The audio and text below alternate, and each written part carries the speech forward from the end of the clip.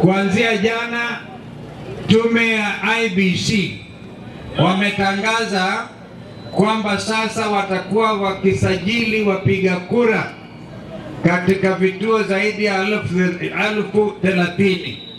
Tendamba ito tumotavye nikukie kaikoinacha na wahenga walisema dalili ya mvua ni nini? Si unaona mawimbi imeanza kutanda, mvua inakuja. Uko tayari kupokea mvua?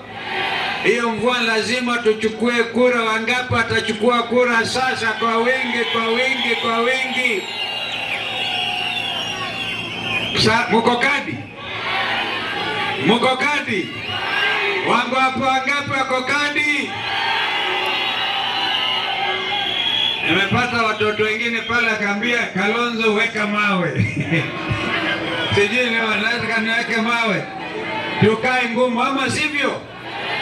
Wanaenda miili inapatikana mass grave upande wa Kericho.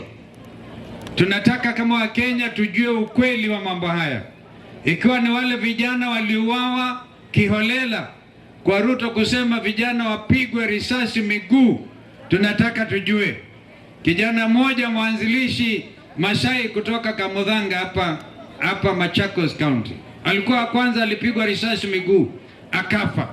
Kwa hivyo wangapi wanataka tukemee mambo yao ya uuaji wa vijana wa Kenya? Na ndio mimi narudia, William Ruto alisema mpigwe risasi kwa miguu. Sasa kuanzia leo vijana wajitokeze, wenyewe wamesema tuko card, wachukue hiyo kura ndio waje wapige William Ruto risasi moja kwa debe. Wangapi wako tayari kumpiga hiyo risasi moja?